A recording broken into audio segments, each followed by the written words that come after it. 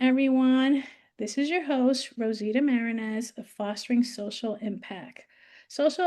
Impact is a leadership driven podcast and thought leadership platform created by myself in order to elevate conversations that are intersectional of housing, behavioral health, social work, and system change.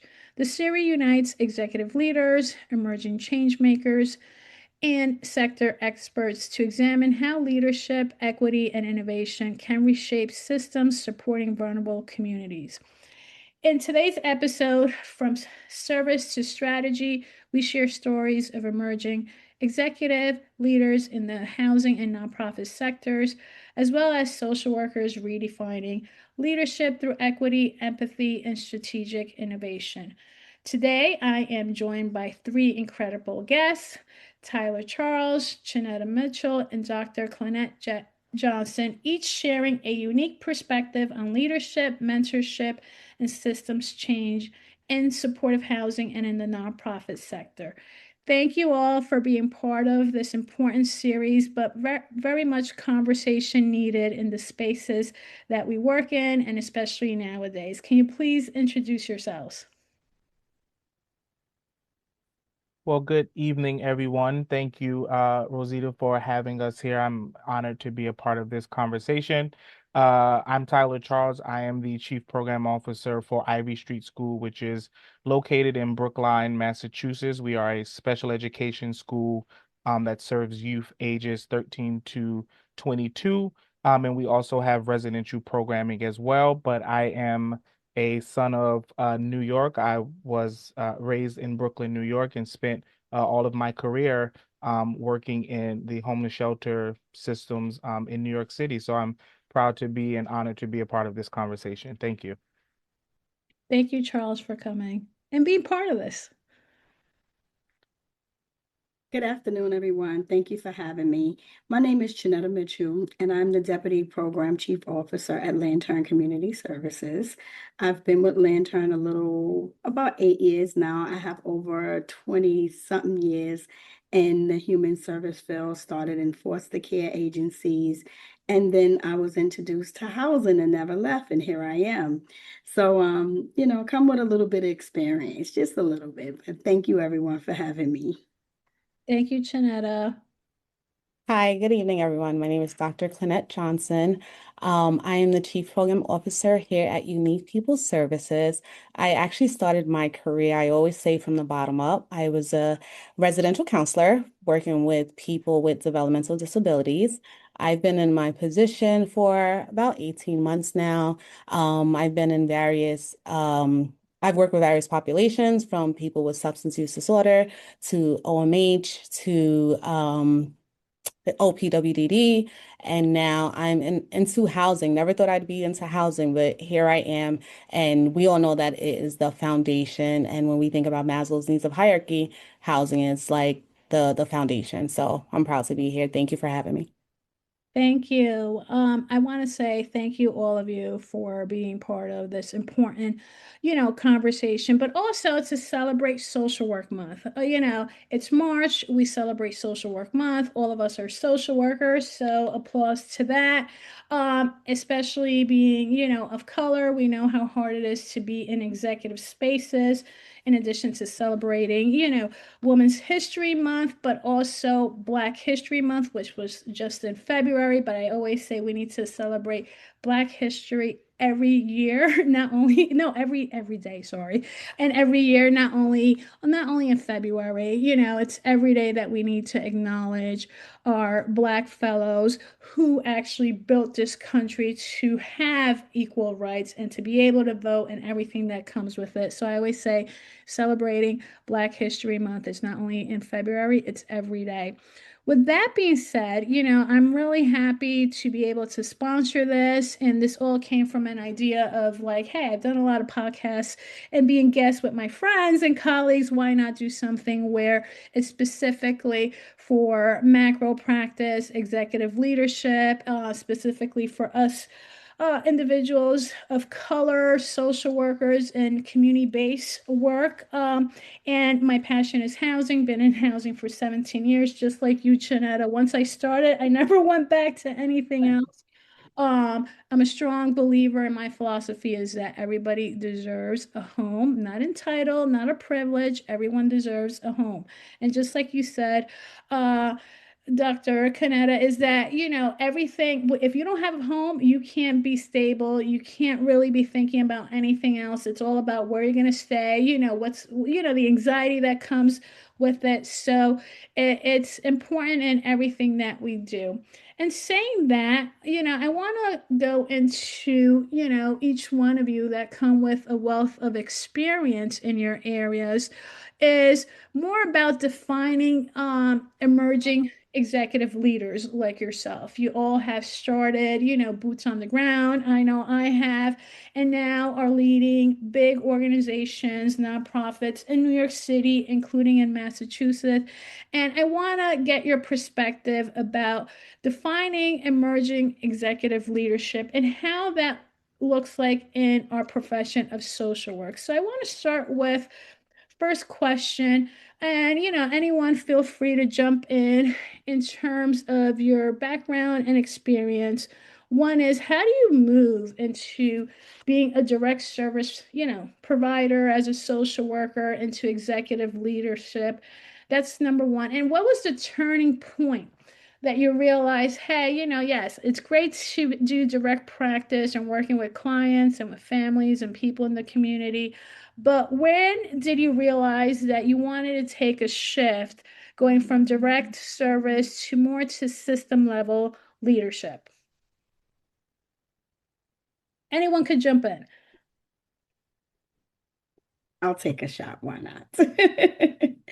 So for myself, I just realized that I just kept seeing the same things over and over, being in supportive house, being working in supportive housing for some years now. You start to see the same things, like whether it's someone who needs assistance with escorting to the doctor, or some sort of systems escorting them to public assistance or whatever it is, right? So it was just patterns that I started to see. So I wanted to see, instead of helping one family at a time, what can I do to make things better for the system itself, whatever that system is. So I wanted to kind of make an impact on a higher level, on a macro level, opposed to it just being at an on-site program level. So that's what really kind of shifted me in wanting to go into leadership, to see what bigger change I can possibly make. To add on what to add on to what Janetta just said, in terms of just, from a micro standpoint, you're providing the direct services, right? You're providing the direct intervention, the direct therapy, you're tracking their pattern, you're tracking, their growth and so forth. But on the grand scheme of things, on a bigger scale, you want to see how, what you're working with, the interventions that you're providing, how are they being utilized in a bigger space, right? And just like Janetta said, noticing the patterns, right? People are coming back for services, and like the initial conversation, where when there's no housing, that it's a ripple effect. It impacts your mental, right? Your anxiety, you're worried about what does tomorrow hold. So you can provide all the one-to-one and, the direct care, the interventions and the deep breathing. But in all honesty, when there's not that foundation from a systematic standpoint, it impacts the client and the people that we support daily. Yeah. And I think for me, I would say I got tired of just complaining about the problems and realizing, in order to really make that change, and I'm not saying that those that are doing the direct care work don't have a voice and they're not making change, but we all know that there's just certain rooms that you have to be in, and it causes you to have to move up and to be in just certain positions in order to just have that voice heard, whether it's just fixing little problems or big problems within systems. If you're not in those rooms and not advocating and not really bringing those problems to the table, sometimes they just go overlooked and never answered. So I just got really frustrated, to everyone's point here around just kind of seeing those same repeated patterns, those same things happening, and realize that, it's not a dirty word to say, hey, I want to move up and be in executive leadership as a social worker. I think sometimes it can be looked at as that. And we feel like in order for us to make, real impact, that you just have to stay in direct care. But when I look at just the history of the social work profession in general, we were in the offices of presidents. We were, leading large movements and large change, right? It wasn't just at the direct care level. We were impacting systems as a whole. Yeah, and this is great. You all brought a valid point in terms of like, yes, we all been boots on the ground, I call it, in terms of direct practice with clients and family and the community. And then, like you said, Tyler, it's like, how do you, and all of you said about how do we make a difference at a, higher level, at a macro level, right? It's great to do direct practice, clinical, and everything that comes with it, but part of what the majority of the work that we do impacts, at a policy level, right? And so in budgeting and everything that comes with it. So being able to, be an impact at a macro level is very important. And as a social worker, you said about like, oh, are these, is this something that social workers, can be part of an executive team and not feeling bad of leaving, whatever that connotation means, the clients without services. No, we need more social workers, especially of color, to be in these spaces to represent not only our communities, but also the workforce and saying, hey, you know what, we're here to work together and we represent our own communities who have a voice, but being the first ones there at the table and forefront to advocate for more services, the budgets and everything that comes with it. And especially, in the world that we're living right now about DEI, right? The whole thing of diversity, equity, and inclusion. So, right now, more than ever, it's important for all of us to come together as a collective and work together to fight the systematic oppression that still continues. Which leads to something, important about like, the social work training, right? We all went to different schools. We have a curriculum and a certain level of training depending on the track that you go. I started in clinical, went into more organizational leadership and so forth. How has your social work training shaped how you exercise, your power, your executive presence in your current roles? I'll start off. All of my trainings have really like motivated me to be more intentional about what I do, with the people that I support directly and indirectly. I know that every single day when I do come to work, it's about the people, right? And I always look at it from the lens of today's tomorrow could be me, Yeah. right? And it places you in a space of, let me do now in order for tomorrow to happen, right? You put things in place today so that way not only you, but folks after you can benefit from it. So moving from a not I wouldn't say moving, but being more person-centered, person-focused, while also highlighting and keeping in mind outcomes, right?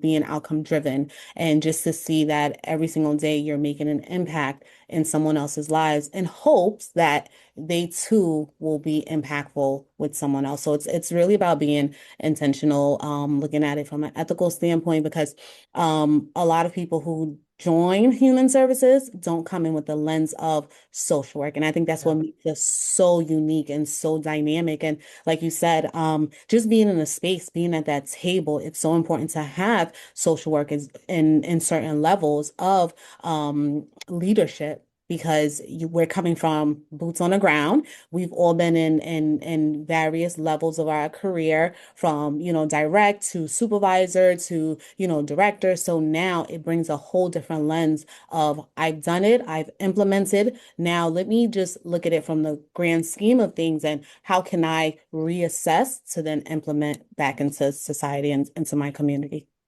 Yeah. So I think for me, it's a unique thing, and to go between micro, meso, macro, right? And just kind of being able to go through each one of those, sometimes doing, two at a time simultaneously, right? It's it's like Right. this, it just feels like a superpower, right? And I'm not saying, that other executives that are not social workers don't kind of go through this, but I think because our training is so intentional behind that, when I did start to move up, it was a real conscious decision. And sometimes I even have to really ask myself of like, okay, which hat do I need to put on now for this problem, right? Where's this problem? Which level is this problem situated in?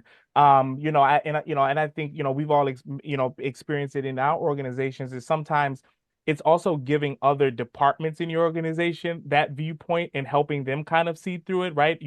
Sometimes when you're talking to finance is just like bottom line, right? Numbers, but sometimes you gotta give them that little bit of that micro, hey, if we cut this is what's suffering. This is what happens on the ground from this. So it's just a real unique experience for me, just really just going back in between all of those different, kind of levels, and making sure that, like, am I hitting everything, as a whole, right? Am I thinking about our staff, our clients, am I thinking about our systems at large? So that's just what our training has done for me, as I moved up throughout my career. And just to add like a smudge of what you just said, like, going in between, like I still do therapy. I teach as a professor. I'm like, I need to just maintain my skill set because oftentimes when you go the macro route, you're like policy, policy. Right now, like I told you guys, I'm doing budget. And it's like, it forces you to know all of these aspects, and that's what makes us so unique because finance won't understand, the need for this program and its ripple effect. If we cut here, you're Yeah. cutting staff. Or if we don't have staff, there's massive burnout that's occurring and staff are quitting. Now, who's going to do the job? Now, who's going to be there for the people? So it's like this ripple effect. So Yeah. we're amazing. I thank you both for your answers because I think that it's going to really relate to all of us for some of the things that we do. And Dr. Johnson, one of the things you said, which I do agree with so much, is that, and this goes back to our first question a little bit, but coming from a person with boots on the ground and coming into leadership, I think it's very important. And it's not really to undermine anybody else's authority. I think you said that, Tyler, as well. But I just think that it's really important because we see things differently. And I think for us, we see things as a whole, not only, you're not going to deal with just what's in front of you. You want to deal with the whole situation. And that's what social workers do. In terms of my training, it has grounded me to really uh, just think about people first. People first, not the budget, not the money, not what the consequences are going to be. This is a human that we're dealing with. This is a person, no matter what level this person is on, no matter what situation or thing that this individual may be experiencing, they're human.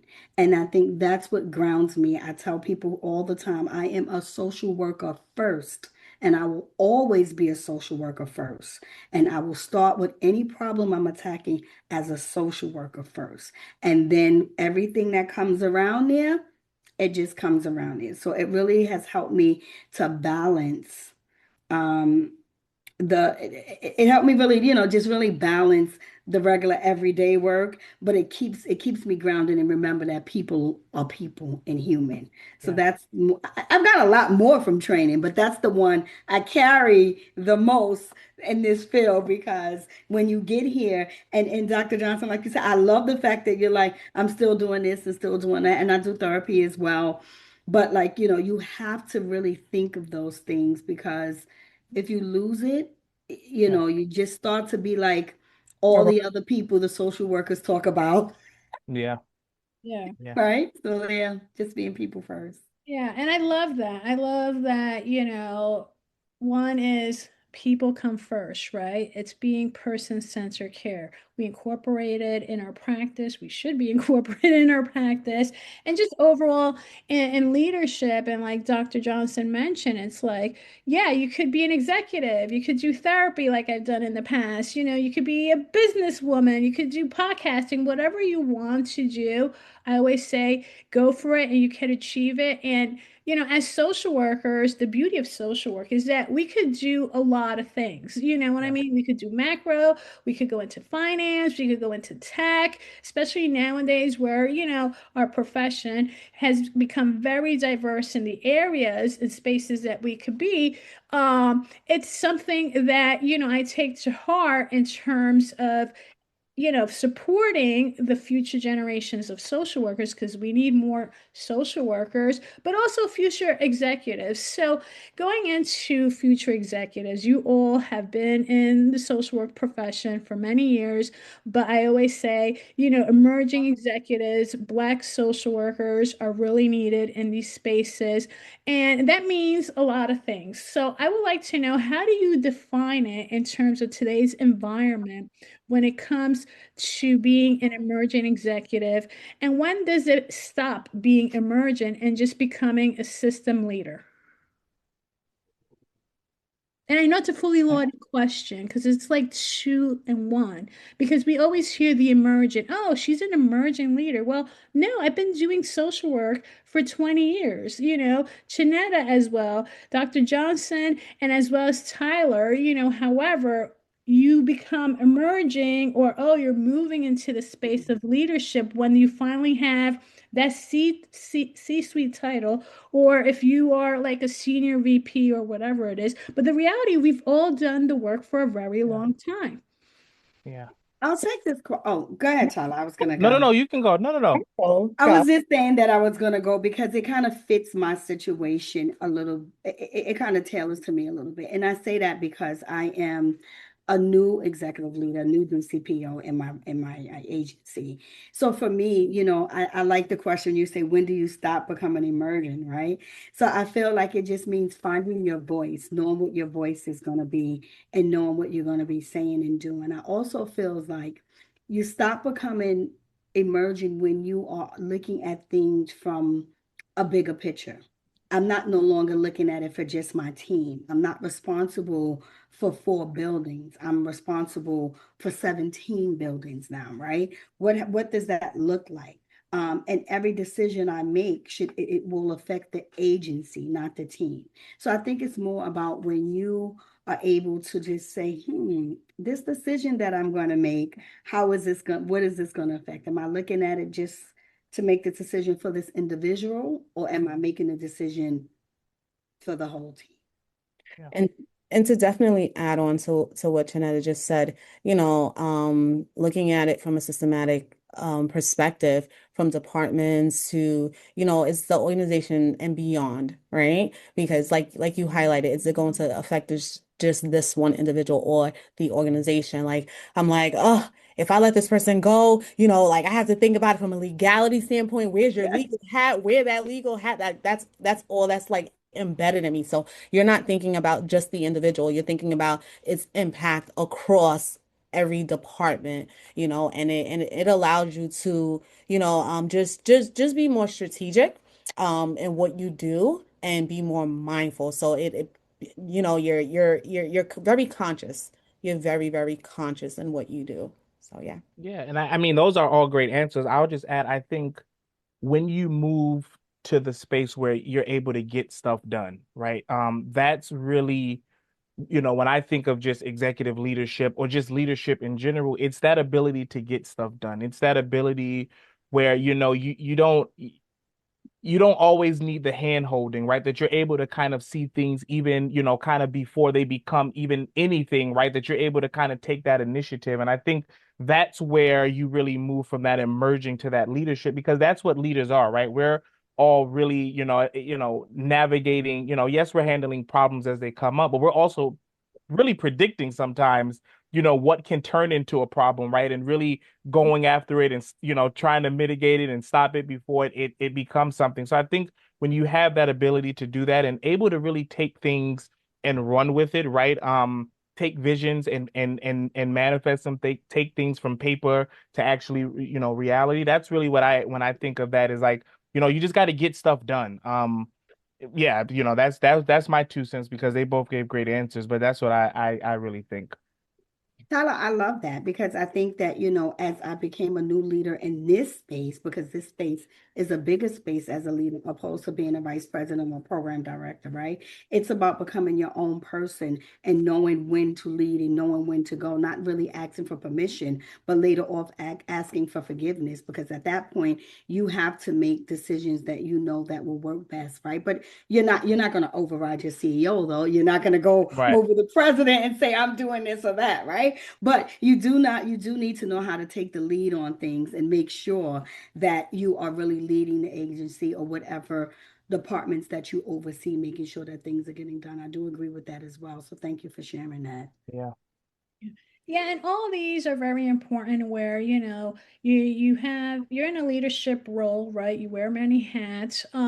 We also, report to others. And again, it's not only a couple of individuals that you're now responsible or 10 buildings or 15. Now it's a whole department, whole organization.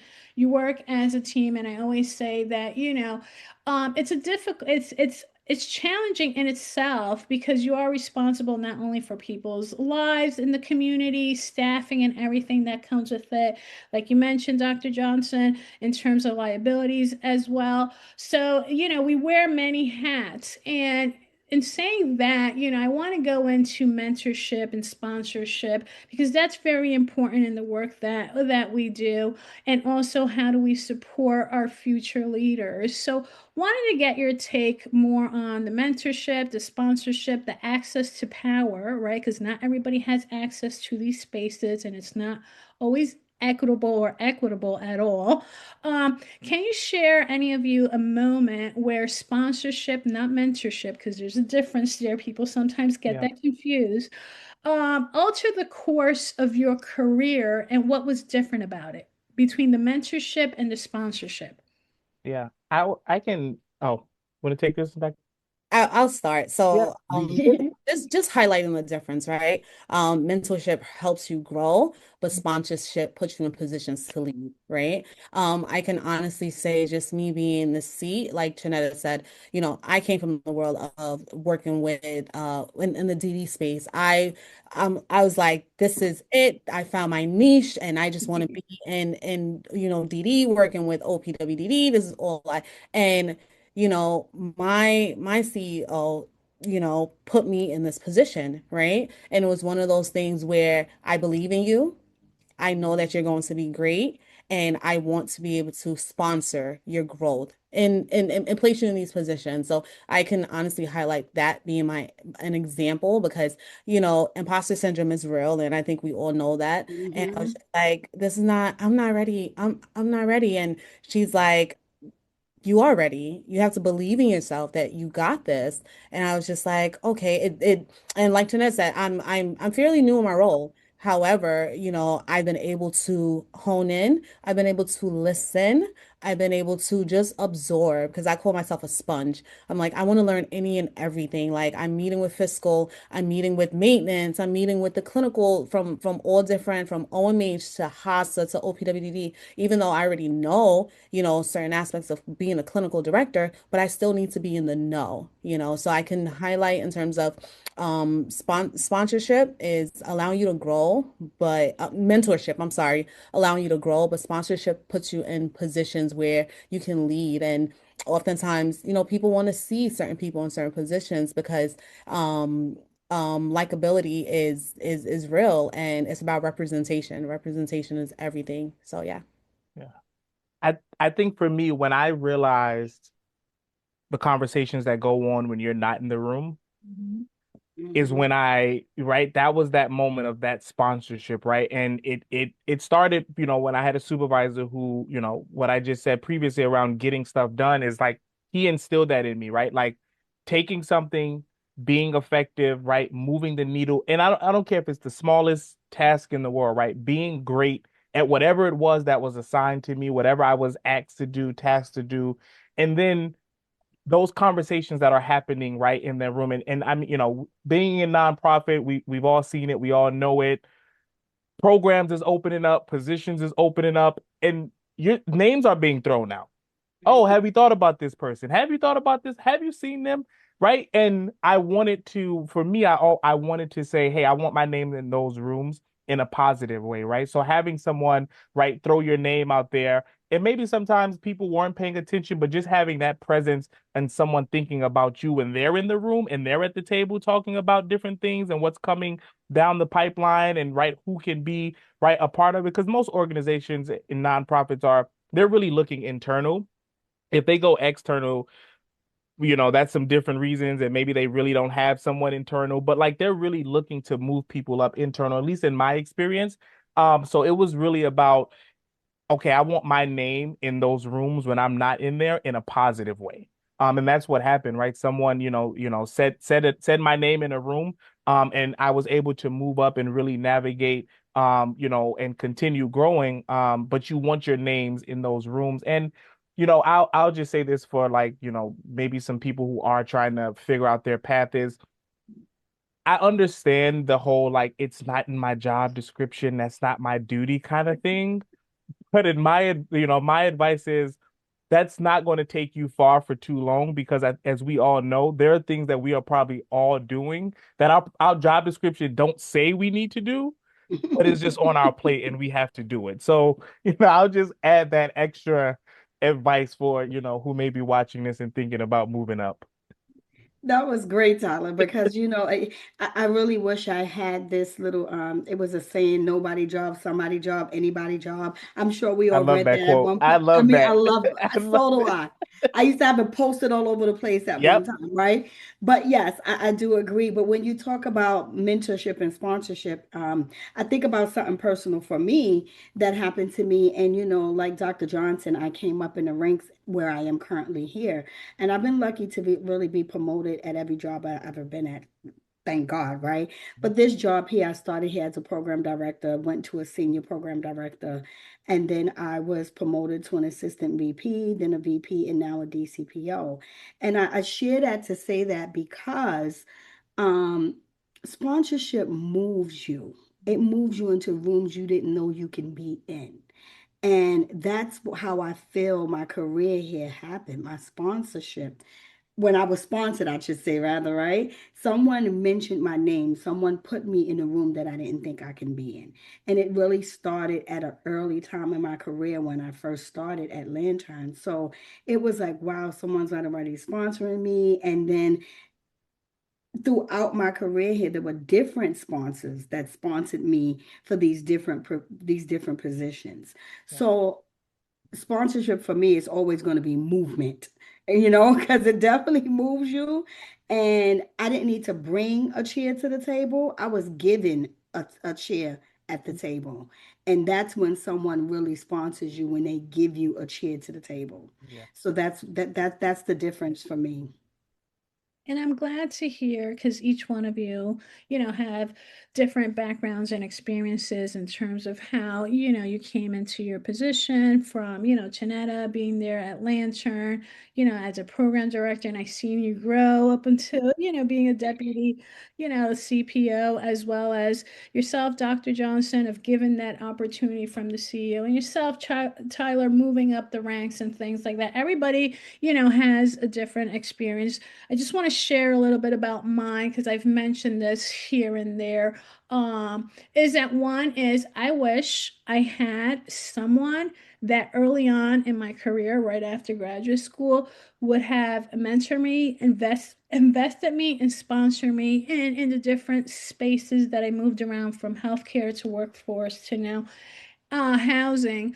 I really had to work 10 times harder than anyone else because one, oh, you're too young. You just got out of graduate school. Oh, what do you know about A, B, and C? Or, oh, you have a lot of potential. Why don't you go back, get your doctorate degree or pursue another master's and so forth? And things like that. I really had to, number one, fight to be where I was.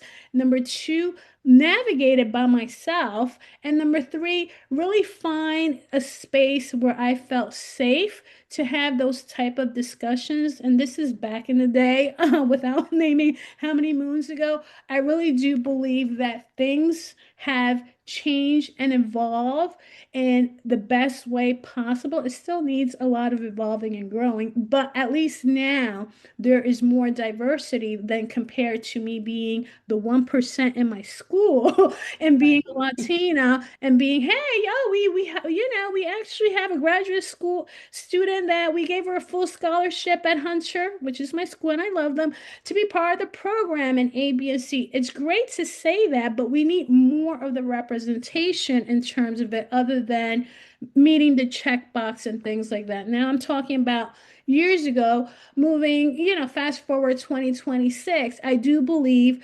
because people like myself and others who predate me and current individuals like yourself are vocalizing, fighting to be in those spaces, not even fighting. We deserve to be in these spaces and representing our communities and having, mentorship programs like the Relish and others have helped for many of the future generations of leaders to say, hey, I could be part of this as well. So having more leaders of color and especially social workers to not only mentor, but like you all said, to sponsor and to continue sponsoring, others to be able to be in these spaces is part of the work that we do. And saying that, I want to move into just lastly in terms of like, how do you actively, in the positions that you all hold and do, now it's more beyond your work, right? Like you guys do a lot of things outside of your 9 to 5. How do you open doors to others? Because I know there's many people out there like myself who have experienced the isolations, who had to like knock down doors, who had to fight to be to be at the table and have a seat. How do you open doors for others that are still like behind the scenes, and want to move into these roles? Yeah. I mean, I'll start with there. I think you got to give people the space to make mistakes and to fail. Most people, most of the time, don't want to move up out of fear of what they can't do, out of fear of maybe an area they're not strong in, right? And you got to give people that space, but you also got to give them the tools to learn in that area, right? Being able to identify. I was just reading something and it was saying, a leader always is aware of their blind spots, right? And I think that what makes a good leader. It doesn't mean that you come to I didn't step into this role knowing everything. I didn't step into this role really, right? I knew what I knew, and then I had to figure out, okay, what don't I know? Where do I go to get that from? Who, whether it's, Relish, whether it's any other leadership program, whoever, right? You gotta figure out where to go and really, really be able to say to yourself, and you got to be honest with yourself. Okay, this is what I know. This is what I don't know, right? And then being willing to ask for help. Now I know that it's sometimes scary and it's not often, it's hard to get people to really invest in you and really see you and like mentor you and sponsor you, but closed mouth don't get fed. All they can tell you is yes, or they can tell you no. And if they say no, right, you just you go and you find some other place, right? So I think that's the biggest thing, is really empowering people to say like, hey, it's okay to make mistakes. You're going to make them. You're not going to know everything. There will be some steep learning curves, right? But being confident in what you know. I think we all stepped into all of our leadership roles confident in what we know. I know this. I know I don't know this, and I'm going to be honest with you, and I'm going to tell you, hey, this is that area where I want to learn more about, right? Whether it's finance, right? I know for me, finance, especially stepping in, was like the biggest one, right? I want to know finance, and I'm still learning it. Every time I meet with finance, I'm learning something new, right? They're pulling out a new something, and I'm like, wait, we didn't talk about this last time? But that's okay, because the beauty of leadership is you're constantly learning, you're constantly, evolving, and you're constantly just getting better at what you do. So to definitely add on to what Tyler just said, highlighting transparency, right? Being able to encourage those who are around you, walk with them side by side, not in front of them, because oftentimes that can be intimidating when you walk in front of a person that you've selected and you see growth and you see that you see their potential and so forth.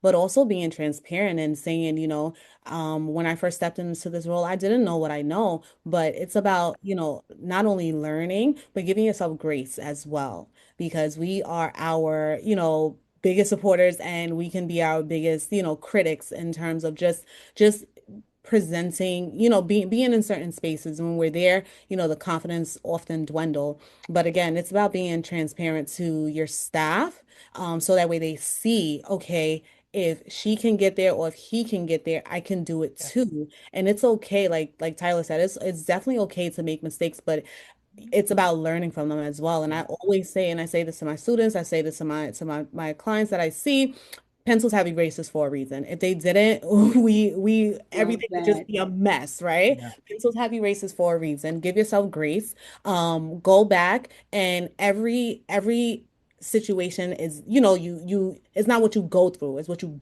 grow through. And as you're Yeah. growing through it, you're learning. And wisdom has nothing to do with age. It's more so experience and what you've learned throughout to be able to apply it, right? And that's what we get the knowledge from, when you apply it to certain aspects of your career, of from professional to personal, the application. But being transparent with, your staff, like I didn't get here on my own, I was pushed and I had to, it's a sink or swim type of feeling. Like, I'm gonna push you, and if you need me, I'm here, but I don't want you to constantly use me as a clutch, because I had to learn, so Yeah. And I'll just add to that is also, don't gatekeep, Right. Mhm. right, That's these it. You took roles, my right? words. Oh, I'm like, you can't, you Yes. right, like we don't own these titles, we don't own these Oh, right, like I always tell my, like, I'm aiming for something else, so I want to teach you this because when I'm going, I need somebody else got to come behind me, right? So don't gatekeep, mhm. right, these positions, don't gatekeep these, because that's Permission. it's not ours to own, right? Anything can happen at any day, and all the, the titles will go away, and anything can happen, right? So don't gatekeep. You want to set up that next coming generation, that next coming group of leaders. And I'm not even going to say young leaders, but just leaders. You want them to feel ready to step into your role if you leave, right? Because I want to prepare myself to step into someone else's role, right? You want to keep it going. And Sorry and if I also said. that, no, Yeah, but it's Tyler, also that's all that, right. legacy as well, because like if you have knowledge, and I always say, what good is knowledge if you cannot pass it on to someone else? If it worked for you, Mhm. right? Be confident enough to pass it on. And even if it didn't work, hey, I'm going to tell you what I did. It didn't work, but if you want, you can utilize it. So it's about giving and paying it forward, Yeah. right? What you've learned, somebody has instilled in you, you've absorbed it, you've utilized it throughout your career, and now you should pass it on to somebody else. Have somebody else carry the torch, because I always say there's money to be made. There's too much money in this world, or there's too much of everything that, just sitting on it and gatekeeping it for what? What do you get out of that? That's why we're all here in the spaces to network. We go into these spaces, you meet someone. Like last time I ran into Jeanette, I was like, oh my God, I gotta get like cards and stuff like that. So Right. that way we can all network, because as different as we are in terms of agencies and what we do, we're all interconnected because of we're working with people, right? Yeah. People come in all different shapes, sizes, dynamic, and vulnerability and populations, but we're working with people. When we remove that label, you're still working with people. That's it. That's my 3 cents. I thank you both for your answers. But Tyler, you're right. It's about really not gatekeeping. But one of the things I will say is, and you said something else, Dr. Johnson, but I kind of forgot almost just now. But when I talked about giving a chair, yeah, I was given a chair to the table, but I wasn't given a chair to sit. You got the chair. You better figure out what to do with this chair. You understand? Yeah. And that was being sponsored. I gave you the chair. You figure out what to do with it. I'm not going to come and pull you up and push you in. You have to figure out what to do with it. So really working hard. But in my opinion, I think sponsorship should be intentional. and it needs to be intentional where you know what you're doing, you know what you want to do, because like you both said, it's about giving back, not gatekeeping, making sure that you can pull others up and show them what's there, open the doors, really just giving access to what you have and what you learn so others can learn. So I can't say that no better than both of you've already said so much, but that's my 0.5%. No, that's Let me just add this quote People's because a hundred I percent heard this. because you I all heard this quote yeah, where People Stokes said it, and she said, "As I climb, I lift." Yes. That touched me so much. Like I cannot like when I'm at my wit's end, I'm like, as I climb, I lift because Right. it's truly about giving back to the community. It's about paying it forward. And we all get into these spaces because I got to know myself more as a social worker, learning about the DSM, going through, everything. I'm like, oh my God, I can identify with that. Oh my God, Eric Erickson. Oh my God, Maslow, like all of these things. But it's as I climb, I lift because the being at the top, it's lonely at the top, especially if you're by yourself. You want people to come up there. But again, like Janetta said, intentionality and us being alike yet different, but we're all aiming for that, that 1% of Maslow's needs of hierarchy. So yeah.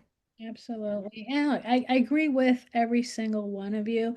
Number one is, and I have seen this, and and it does happen. The gatekeeping is real. It's been real before we came on board, when I was in school, yeah. still now, and it should never be that way. We all should be lifting each other up because I always say this, we're all in this together. And like I tell my son, sharing is caring. Sharing is caring, right?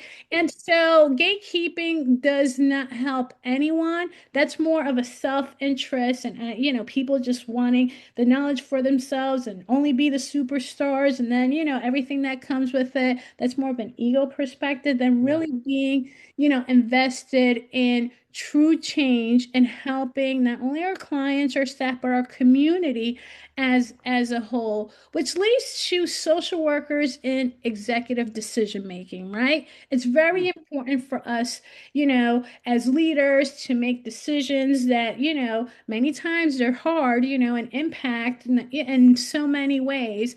I want to hear your perspective of how you balance being an executive leader, navigating all the complexities, the budgets, the mission, the clients, the staffing, everything that comes with it. One question that I do want to ask, because managing all those complexities is difficult, can be stressful, but at the same time is like you don't want to lose the humanity piece of it. So what structures ensure either accountability without losing the humanity in the work that we do? So I think it's always about, thinking about the people behind the data. I always say, and then it's a little jokey joke, in order to build, we need the bodies and the beds. And and in the grand scheme of things, it's about the support and what you're pouring into the person, right? You don't want, because essentially if a person keeps going to the hospital, you're going to be losing money as an agency, but it's about the care that you're providing. It's quality over quantity. The quality that you're providing allows the person to live longer, allows the person to, it's about long-term sustainability, it's about long-term stability. And that person can come back and, oftentimes be a peer specialist and say, I came from the bottom, the program helped me and I was able to be where I'm at today. So like you said, balancing humanity with accountability and looking at, the person beyond the data, because numbers are numbers, right? Numbers look amazing on paper, but the implementation and even words, right? Because a lot of the policies that we do get, they look amazing, but the implementation, it's really about the person and the people, and they're just not number one, number two, they're a human being. So. I think for me sometimes, and this is just, my opinion is that sometimes I do have to kind of take my social work hat off and not forgetting that I'm working with people and not forgetting that humanity. But in my experience, I always say like sometimes social workers sometimes we're a little bit too empathetic when we need to really hold people feet to the fire and really, get them moving. So like, and that was really one of the driving forces even behind like me going to get my MPA was like, I said, okay, I got this people part together. I need this systems part because if you don't have that nice balance, people will play on that, right? And subconsciously, consciously, they will play on that social worker in you, right? They will, they'll keep, saying the same reason why, something is late or behind, and you'll keep, okay, I understand, right? But then there's a where you got to draw that line and go, okay, right? I need you to produce now because like if we're not producing, if we're not getting these things done, we're not taking care of our people. We're not taking care of our staff, right? We're not able to do those things. So it is a hard balance. Um, in my opinion, I've had maybe two really strong and that were able to balance it social work supervisors that were really able to balance the social worker and like the holding me accountable piece because it is a true balance, right? Like I said, because we're always thinking, like Dr. John said, we're always thinking about people, we're always thinking about how people are affected by it, but then in these roles I got to think about, are we producing, right? Is the numbers right? Is the budget right? Like we got to think about those things. So it's not an easy balance, but you have to find your rhythm in it, right? You have to find that. I think we've all find it, and we all have our moments where sometimes we're a little bit too empathetic to some people and kind of letting them go a little bit too long before maybe correcting it. But it's definitely finding that balance though. Right. So I just try to keep things simple, honestly. Sometimes that works, sometimes it doesn't, right? But I believe in really just trying to keep things simple, letting people know what their expectations are, leaving the door open for people to voice their opinions, and just really holding people accountable, but with support. I think that accountability doesn't have to be a punitive word. And I think soon as people hear it, they think, oh, I'm in trouble, I'm gonna Yeah. get written up, this is the end of the world. And it's not. It's really about really holding them accountable, but teaching them, showing them the correct way to do things, not finger pointing, really trying to figure out and what happened, whatever the situation was. So really just being open and letting people talk and figure it out. But Tyler, you said it best. Um, Knowing when to really, for lack of better words right now, put your foot down and say that's it. Really holding people accountable, Yeah. right? Yeah. But I just believe that I believe in supporting the person to the best of my ability. I'm going Yeah. to support you. We're going to go through the verbal, the first, second, third, and fourth, or whatever write-ups that we need to go through before we can lead determination, because I think it's really important about support, because my goal is not to terminate folks.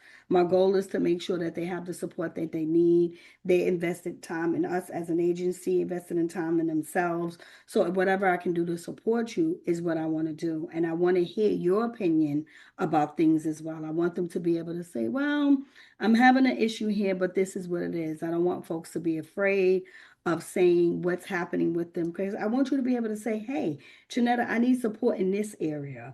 I'm getting support A, B, and C, but D, E, and F, I'm lacking no support in those areas and I'm struggling, right? So I think that we need to figure out how to hold people accountable, but with support, and not use our position and power to make people feel threatened or afraid of what they want to say or what needs to be done, and just using our power to open the door for folks and really letting them know this, let's come on, talk to me about this. Yeah. You can help, you might be able to help me make a change. So talk to me. Let's see what we can do.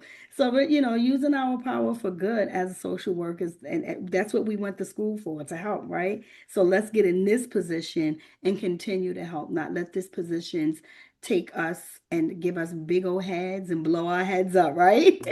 Y'all know Yeah. I always got a joke, Yeah. right? Yeah. So back to a serious note, but really not letting the position go to your head, and then you wind up overpowering folks, and it's just not a good thing to do. You will never build good relationships like that. Yeah. Thank you. Thank you, Shanetta. And I love your sense of humor. Thank you, Dr. Johnson. I do want to touch base lightly on barriers and system change. Let's talk about what needs to change, right? That's a big word, change. So what are the unspoken rules of leadership that act as barriers, especially as leaders of color? And I know that's a fully loaded question, but there are still barriers at this level. especially for us people of color? What are the unspoken rules of leadership or words that, you see it, but, like we don't name it, you just keep going? Or better yet, like what challenges or barriers do you think there is, and there always will, but how can we change those barriers better yet? And for a change that will be positive when it comes to leadership, especially, as people of color and social workers. I think it's honestly having to, prove ourselves every time. Yep.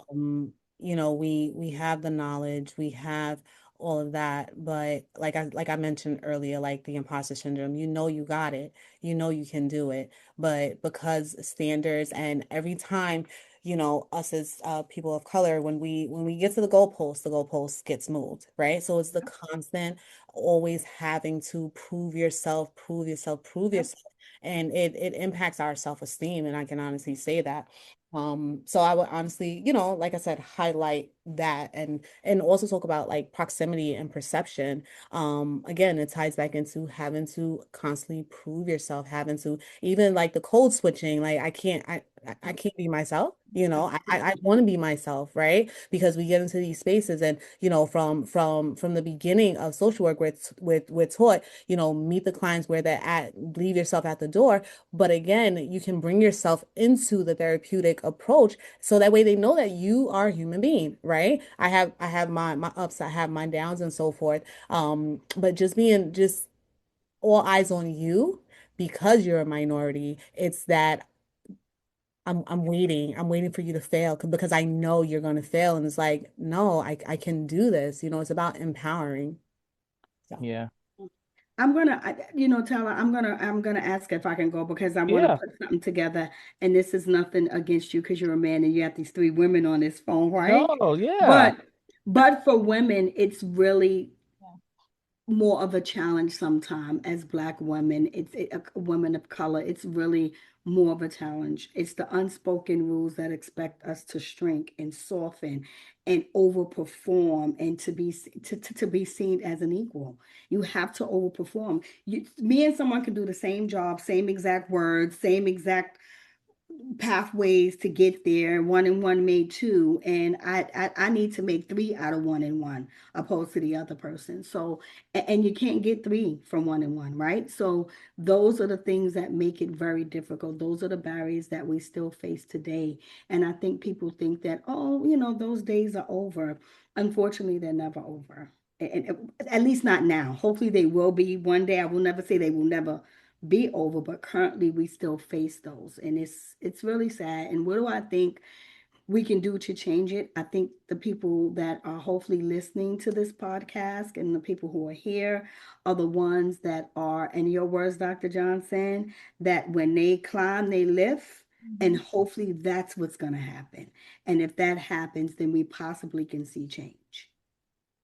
Yeah, and I think one seeing more people, especially in the nonprofit space, seeing more people of color, Black women, in executive positions, right? The more you see people, the more you feel like it's obtainable for you, right? The more you aim for that. But when you don't see it, it feels so far removed, right? Unless someone actually just, gives you that seat at the table and or put your name in those rooms, it don't feel like it's obtainable. So I think, you know, um, seeing more people, but then also I think as leaders, we also don't get the grace. Like we step into the role and we have to hit the ground running from day one, Yeah. right? We don't get that probation period really. We don't get that like, right? Especially if you've been in the organization as many of you have for years and kind of moved up, you're expected to hit the ground running right away. And even if you're not, right, it's just that unspoken rule of like, well, now you're here, it starts the right. And sometimes allowing that just that the newness, right? That honeymoon stage, as they say, right? For even leaders, right, to really get to understand what the role is. I was, reading something about not too long ago, and it was saying that, about 50 to 60% of executives fail within their first 2 years. And that's just because they don't know what they're doing, right? Sometimes you're trying to, what am I supposed to do, right? Is this what I'm supposed to do? And it's like, oh, well, you should know that. And it's like, well, no, I still need, right? As leaders, we still need that direction, right? We still need that clear communication, right? Just because you give us the title or you give us the job description, right? That may change, right? You may be going in a different direction. So I think allowing us to also grow into the role is extremely important, especially if you want to see us succeed. Now, if you don't, then that's another story. But if you're like, right, because our success is the success of the organization, the success of the clients, right? So investing in us in that same way and allowing that grace for us to really come and step into the role. Because yeah, we got here, we know what we're doing, right? But it's still new. It's still a new role. Unless you've been a CPO before and went to another organization and did it again. And even still, you're still learning because now I got to learn how this organization do it, right? So I think structuring those onboarding for lead onboarding systems for executive leaders is important as well. Thank you. And each one of you brought, an important aspect of onboarding, support, adjusting to new systems, even if you've been, and coming from the outsider as you grow within the organization as well. And like you said, Shanetta, as women, we even have more things that we need to manage as well. And so as we are, unfortunately almost coming to a close, because we could have hours of conversation of this. What advice would you offer to the next generation of emerging leaders in social work? I think one thing I would definitely say is don't underestimate yourself, your value, your perspective. Someone growing up, we were always taught sky's the limit. No, sky's just the beginning, right? And I tell my students this all the time. Get involved, tap into different populations. Don't just, stay with one population. I've went to DD, I went with at a recovery home. I've worked with the neurodivergent population, and I've worked with the neurodegenerative population. I've worked with caregivers who provide service and support. So it's just important for you to be able to tap into all of those populations because eventually it comes together. And don't, like I said, don't limit yourself. I know earlier we were talking about getting advancing your academic career and stuff like that. If you have the time and somebody's willing to pay for it, go for it. But all of those certs add up, and you are your best publisher. You are your best marketeer. You want to walk into those rooms, and because you come with so much wealth of knowledge and experience, no one's going to say, "Oh no, you can't be in here. You're an asset." Look at yourself as an asset. Every time you walk into a space, I'm an asset. I'm not a liability. I belong here. So it's about, changing that perspective, just having like a greater sense of self when you walk into these spaces. But diversify your work portfolio, diversify the heck out of it because you can only speak for what you've done, and people are going to look, and obviously they're going to feel threatened because they'll feel like, oh, you're coming for my job. No, this is just a stepping stone for me. I see myself in a higher, area of my career. This is just a stepping stone. I just want to learn and be on my merry little way. So that's for the next generation. I think for the next, what I would say is, one, executive leadership is not a dirty word. Mm. If you want to make change, if you really want to, be at the table and impact, you got to move up, right? You have to put yourself in those spaces and in those rooms. And you may not even get the title, right? But you can't be afraid to just be that leader, right? Because I don't think leader is just about a title. It's about how you show up in a space, how you take charge of a space, of a situation, etc., right? Don't just be those people that just want to complain about it if you're not contributing to the solution, right? I hate, my slogan is solution-based conversations. We know the problem. What's the solution now, right? Let's start having those conversations. And then I think the schools and universities, I think we can do a better job at also teaching that and really enforcing that more. I'm seeing now it's just a flood of, new social workers on TikTok and, everyone's complaining about being indirect care and they don't make enough money. And I totally agree with them. But then when I say, hey, have you thought about this? Oh, no, that's not obtainable, right? I had someone say, oh, that's not obtainable. I had a couple people this week go, oh, I didn't know social work and executive leadership went together. And I'm like, yeah, like what? Yes, like we can do anything. We can go anywhere, right? That's my philosophy. I think a social worker can literally go to any field.